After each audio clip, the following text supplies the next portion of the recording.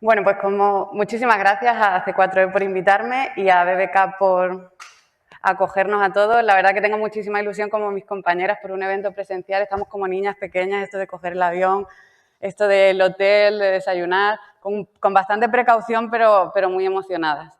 Y era un reto para mí porque normalmente hablo en conferencias, en conferencias donde no todos las ponentes o los ponentes se dedican a lo mismo que yo, ¿no? Yo soy ese valor diferencial que habla de tendencias y los demás hablan de otra cosa. En este caso, el reto era cómo nos complementamos para no ser repetitivos y aportar valor y ofrecer una narrativa diferencial y que os sea muy útil. Entonces, decidiendo qué hacer, porque esto de las tendencias, todo el mundo habla de ello, pero ya veremos que es un poquito más complejo de lo que parece. Digo, vamos a usar metáforas, ¿no? Vamos a usar la metáfora, en este caso, del barco como de la empresa. Que los seres humanos, bueno, yo soy psicóloga, mi formación es en psicología, y la mente humana pues funciona muy bien con las metáforas. Como sabéis, en un barco el capitán es el que decide el rumbo, es el que pone el objetivo, el que sabe hacia dónde se va, igual que pasa en las empresas, ¿no? La parte directiva es la que pone el foco hacia dónde hay que ir. Y luego está toda la tripulación que funciona bien para hacer que ese objetivo o que esa visión se haga realidad. Pero no nos podemos olvidar de esas personas que están oteando el horizonte, que están viendo desde arriba y que tienen una visión que no está tan pegada al suelo, ¿no? No está tan pegada al día a día. Y esa es la labor que haría el investigador de tendencias en una empresa, ¿no? O las personas que se dedican a mirar un poco más a ese medio y largo plazo. Como veremos, las señales, las tendencias al final son señales del futuro en el presente. Pero como veremos, no es una ciencia exacta. Y vamos a empezar por el principio, las tendencias. Porque no creo que ninguna de las ponentes que estamos hoy aquí compartamos la misma definición de tendencias. No hay un acuerdo en qué es una tendencia. Y eso ya, para empezar, es bastante complejo. Como veremos, una tendencia es una medida de cambio, pero el cambio puede tener un alcance diferente. Puede ser cambio inmediato, cambio a medio plazo, cambio a largo plazo, en qué contexto. Como veremos, hay muchas variables. Entonces he querido hacerlo como lo más sencillo posible. Vamos a hablar de tendencias, vamos a ver qué son, por qué es importante investigar tendencias, para qué se hace y lo más importante, que creo que es lo más útil para vosotros, el cómo, ¿no? Cómo podéis hacerlo, porque como veréis, esto no es... Antiguamente se tenía el concepto de gurú, ¿no? El gurú es el que te ve las tendencias del futuro, pero como veremos esto es una práctica y que si lo practicamos, si aprendemos a entrenar la mirada para ver esas señales del futuro en el presente, cualquiera de los que estamos aquí podemos incorporarlo a nuestro día a día. Entonces empecemos por un pequeño contexto histórico, el concepto de tendencia. ¿Qué es una tendencia? Pues allá por el 1600 se usaba tendencia para indicar una curva física, ¿no? Como la curva que puede hacer un cabo en el terreno. Y a partir del 1800 ya se empieza a utilizar la palabra tendencias para explicar un movimiento en los datos, ¿no? Indica la dirección general hacia lo que se mueve algo. Pues una tendencia puede ser bajista o puede ser alcista. Y aquí viene lo interesante, ¿no? En los años 20 de 1900 empieza a usarse el concepto de tendencia en el ámbito de las ciencias sociales, ¿no? Para indicar esos cambios que son pues, a largo plazo y que tienen mucho impacto. Y el primer informe de tendencias relevante es el que encarga el presidente de los Estados Unidos, Herbert Hoover, en 1929, que se llama Recent Social Trends, ¿no? Y quería analizar cuáles son los cambios en el comportamiento de la sociedad de Estados Unidos. Fue como el gran informe de tendencias, uno de los primeros. Y también a partir de los años 20, de 1920, en periódicos como el New York Times, el Washington Post, ya se veían artículos donde se veían tendencias de consumo como consumo de zapatos o cambios de comportamiento, ¿no? Ya podíamos identificar en los periódicos ese tipo de análisis de tendencias. Entonces, no tenemos una definición universal de qué es una tendencia, pero sí llegamos al consenso de que una tendencia es una etiqueta para indicar cambio, ¿vale? Aunque la naturaleza y el alcance de dicho cambio sea variable. Y ahí está el matiz de que cuando hacemos la investigación y análisis de tendencia tenemos que definir muy bien cuál es el alcance de nuestra investigación, en qué contexto estamos investigando, si es un contexto a nivel ciudad, si es un contexto a nivel país, si es un contexto a nivel global, macro. Tenemos que definir muy bien en esa metodología previa o en esa introducción previa de un informe de tendencia de qué cambio o qué cambios estamos analizando. Y hablando de cambios, hay todo un ámbito de estudio que estudia los cambios, ¿no? Y no vamos a entrar aquí, pero podríamos hablar cuál es el origen de los cambios. ¿Es el cambio que viene de fuera o es el cambio que provocamos nosotros, ¿no? Lo que se dice en inglés outbound change o inbound change. El alcance de ese cambio, como decíamos, es un alcance a corto plazo, algo más operacional, es medio plazo, es largo plazo. ¿Cuál es el alcance de ese cambio? Y luego el ritmo, y esto es muy interesante, ¿es un cambio continuo o es un cambio disruptivo? ¿Estamos hablando de una pandemia que ha sido un cambio muy disruptivo o estamos hablando de una tendencia que es un cambio continuo? Pues todo eso tenemos que tenerlo en cuenta cuando hablamos de tendencia. Y sobre todo los niveles, que esto me parece muy interesante.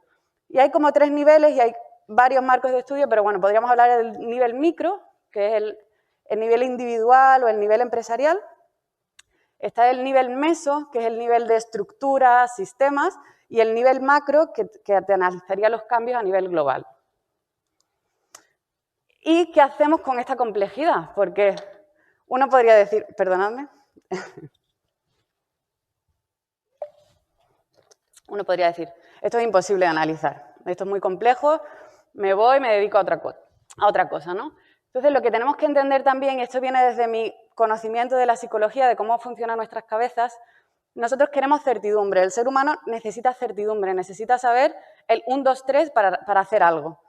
Y en la investigación de tendencias tenemos que aceptar que hay incertidumbre.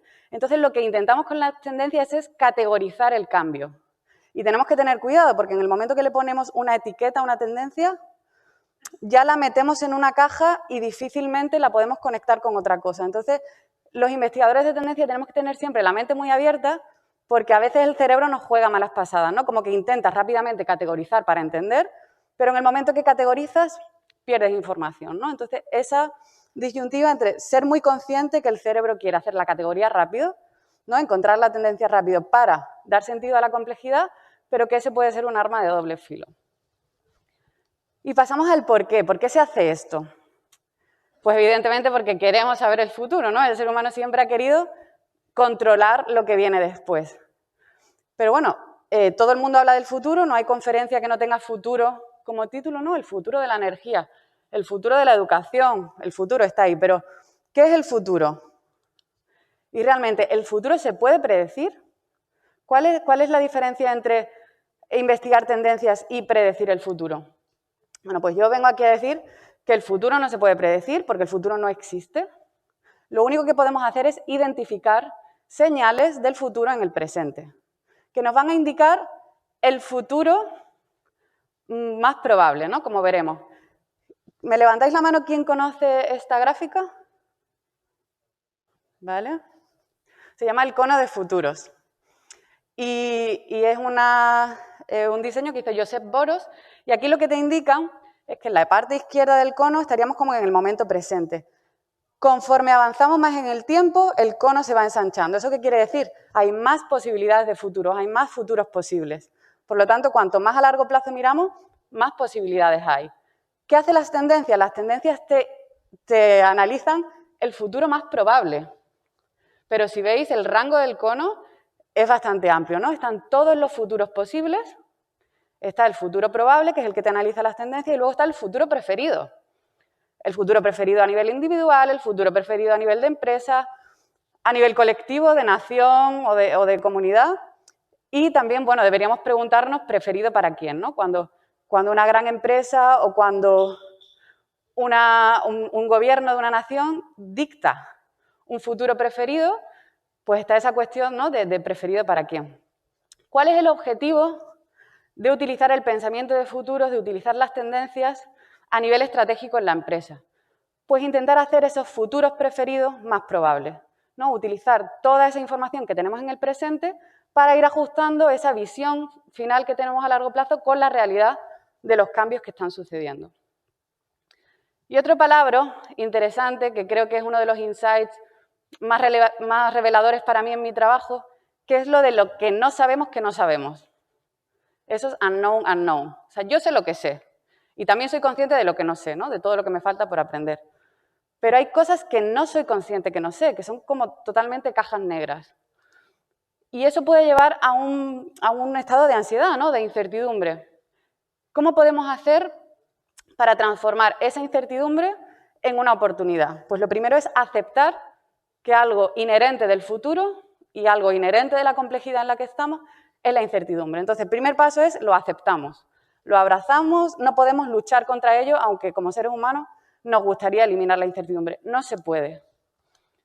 ¿Qué hacemos? Vamos a intentar transformar la incertidumbre en oportunidad. ¿Cómo? Cuando soy consciente de que hay cosas que no sé, soy proactiva, me oriento a la acción. Estoy más abierta a ver esas señales de cambio, estoy más abierta para saber que hay cosas que no sé y que debo aprender. No tengo que tener los ojos y los oídos muy abiertos. No me voy a detener a explicar el contexto VUCA porque seguro que ya lo conocéis, pero sí el VUCA Prime, que es una alternativa que propuso Bob Johansen en el Institute for the Future. Y es como, ¿cómo se da respuesta a la complejidad, a la incertidumbre, a la volatilidad en la que nos encontramos? Pues ante la volatilidad necesitamos tener visión como empresa. Ante la incertidumbre necesitamos entendimiento. Ante la complejidad, claridad y ante la ambigüedad, agilidad. Y las tendencias o esa información estratégica del presente nos ayuda a tener mucha más visión, entendimiento, claridad y a ser mucho más ágiles. Y pasamos al para qué, ¿no? ¿Para qué se hace esto? Y aquí tengo una pregunta para vosotros, una pregunta retórica, porque no voy a esperar que me respondáis, pero siempre nos dicen que nos tenemos que adaptar al cambio. ¿Vosotros creéis que nos tenemos que adaptar al cambio? Y si os pongo esta imagen, ¿qué veis?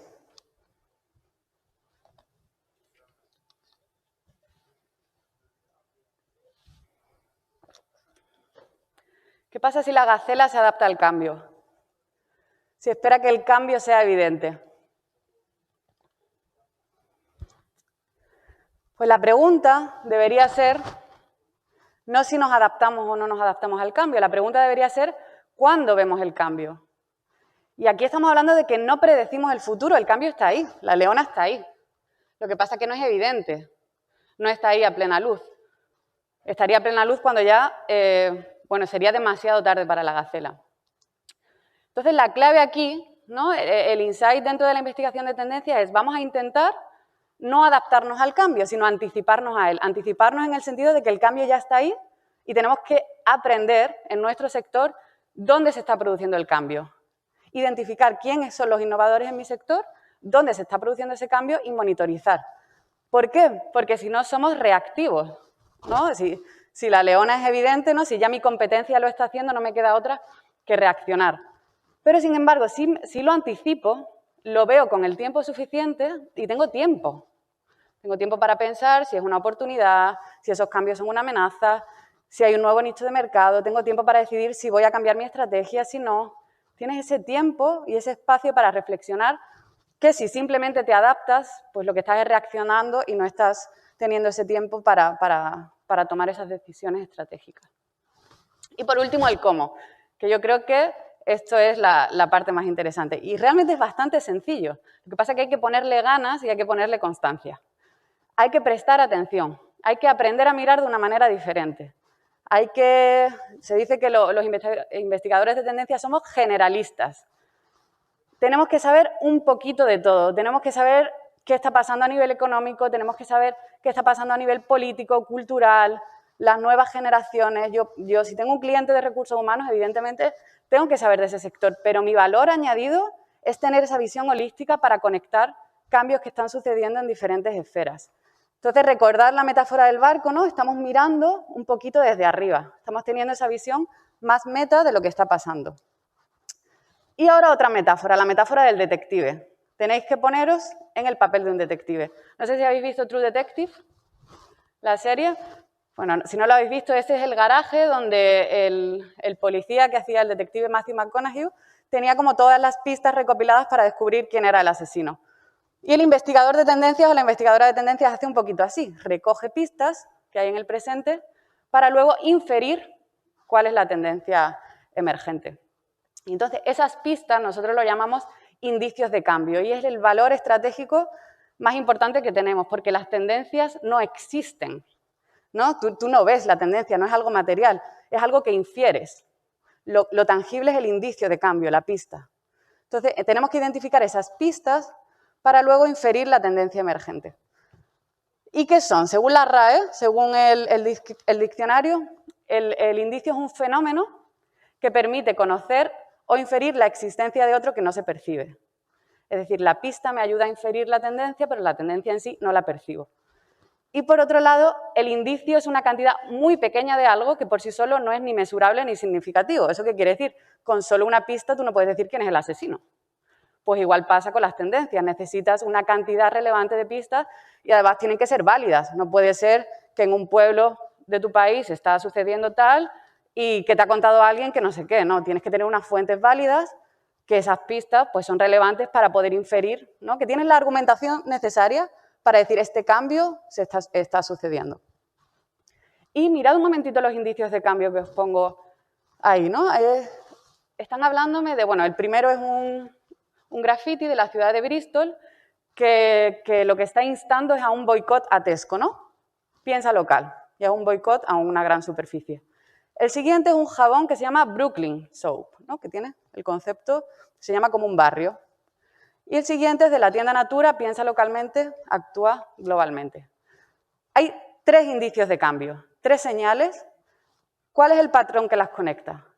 Pues ¿cuál es la tendencia emergente de la que me están hablando esas señales de cambio? Ese es el análisis que tenemos que hacer. Cuando vemos algo innovador, esto evidentemente no es innovador, ¿no? Pero cuando vemos algo que nos llama la tendencia, o sea, que nos llama la atención, ¿cuál es el patrón que conecta esas señales? Pues el patrón es que hay un auge del cuidado de lo local, que hay que pensar globalmente, pero que hay que actuar pues también localmente. Y como veis, son 3 indicios de cambio de ámbitos diferentes, de momentos diferentes, que se encuentran en situaciones diferentes, pero que me están hablando de lo mismo. Y aquí recordamos la metáfora del iceberg. No es solo lo que yo veo, sino es lo que hay debajo. ¿Por qué está sucediendo esto ahora? ¿Por qué hay una marca que saca un jabón que se llama Brooklyn? ¿Por qué Natura decide poner ese eslogan? ¿Por qué se están haciendo boicots a las grandes superficies? Eso es el trabajo y el ejercicio que tenemos que practicar. No solo ver, qué interesante esta cosa nueva, sino por qué se está dando ahora. ¿A qué necesidad básica está dando respuesta a este nuevo producto, esta nueva estrategia? ¿No? Simplemente es preguntarnos, ¿esto por qué ahora? Y ya estoy llegando al final. Recordaos que ¿cómo se hace esto de la investigación de tendencias? Pues siento deciros que no hay un 1, 2, 3, ¿no? Que sería maravilloso deciros, pues hay que hacer esto, esto y esto, sino que es algo más complejo y que un día que os sentéis delante del ordenador no vais a encontrar las 10 tendencias mágicas para vuestro negocio, sino que es algo que debéis practicar y hacer de manera continua. Sí que hay 3 claves que son importantes, como he dicho, identificar dónde se está produciendo el cambio en vuestro sector, monitorizar a esos agentes de cambio, a esas revistas, a esas incubadoras de startup, esas ciudades, esas empresas, ¿no? ¿Dónde se está comunicando el cambio? Pues hacer una monitorización de manera constante y ahí detectaréis esos indicios de cambio y esas tendencias emergentes. Y esta frase que me gusta muchísimo, que creo que resume muy bien todo lo que estamos hablando hoy aquí, que es de William Gibson, un escritor de ciencia ficción, que es: el futuro ya está aquí, solo que no está repartido de manera homogénea, ¿no? Tenemos que descubrir dónde se está produciendo ese futuro en el presente para poder detectarlo con el tiempo suficiente. Y termino. Vamos a hacer la última metáfora de mi charla y creo que el surf es para algunos un poco más divertido que la navegación y sobre todo porque la navegación está asociada a las empresas, pero el surf es individual, ¿no? Cómo vosotros como profesionales podéis aprender a entender el presente para surfear los futuros. Supongamos que los cambios son las olas. Cuanto más grandes los cambios, mucho más difícil pues superarlos. En este caso, surfearlos. No sé si alguna vez habéis intentado hacer surf o poneros de pie en una tabla. Para poder estar preparados, para los cambios debemos practicar de manera constante. Es decir, si de verdad os interesa esto, tenemos que empezar a practicarlo. De la noche a la mañana no podemos aprender a identificar tendencias. Pero la recompensa es que podemos disfrutar de los cambios, verlos como oportunidades y no como amenazas. Sabiendo, ¿no?, que el entorno es cambiante y es incierto, ¿no? Entonces, aceptando y respetando esa incertidumbre. ¿Para qué? Pues para que cuando lleguen los momentos críticos, los momentos clave, podamos salir airosos. Bueno, airosos y triunfantes, ¿no? ¿Por qué? Porque siempre será mejor surfear los cambios que dejarse llevar sin capacidad de acción ni reacción. Entonces, bueno, aquí termino. Ya sabéis, a practicar y muchas gracias.